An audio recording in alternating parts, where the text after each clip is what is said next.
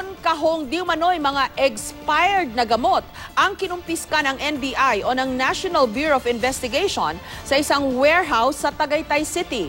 Ang modus, pinapalitan lang daw ng label ang mga ito at saka muling ibinibenta.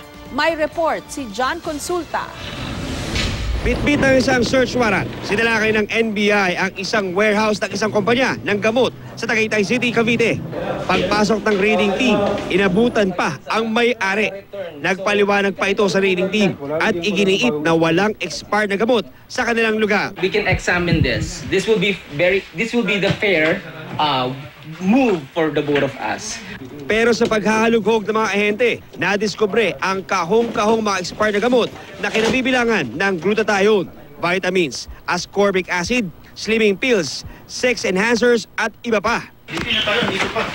Mga returns po yan, sir. Mga returns po yan. Return to vendors po yan. Ang purpose yan, return to vendors po yan, sir. For destruction po yan. Sabi mo, mga kita iwan dyan. Di ba kanina tinignan natin? Actually, hindi ko ako aware kung ano nandyan. Sabi ng may-ari, hindi naman daw ibinibenta ang mga ito. Sinusunod nga raw nila ang lahat ng panuntunan sa pag-dispose ng mga expired na gamot. As per FDA regulation, wala namang nakabase doon kung paano, kung kailan dapat ma-destroy ang mga produkto. Pero ayon sa intelligence report ng NBI, pinapalitan lang ang label ng mga expired at malapit nang ma-expire ng mga gamot na nakalagay sa mga plastic bottles. Saka ibebenta uli sa merkado.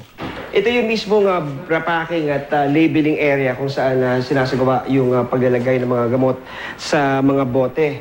Ang nakita nga lang ng NBI dito, ang nakakagulat, kabilang sa mga pinanggagalingan ng mga gamot, ay ang mga boteng ito kung saan ang label, maliwanag na nakasulat, ang expiration, March 2013.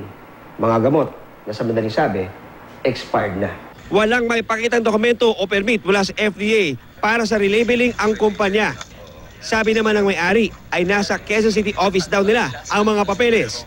Pero kinumpiska ng NBI ang kahong-kahong expired na gamot. Dadalhin ito sa Food and Drugs Administration o FDA para masuri, lalo pat kalusugan ng publiko ang nakataya dito. Pinuntahan ito ng NBI dahil nga sa report na mayroong mga expired daw na mga gamot na nire-relabel. Meron kaming na mga nakuhang mga expired na gamot, we will subject it to examination. Mula rito sa Tagaytay, John Consulta, GMA News.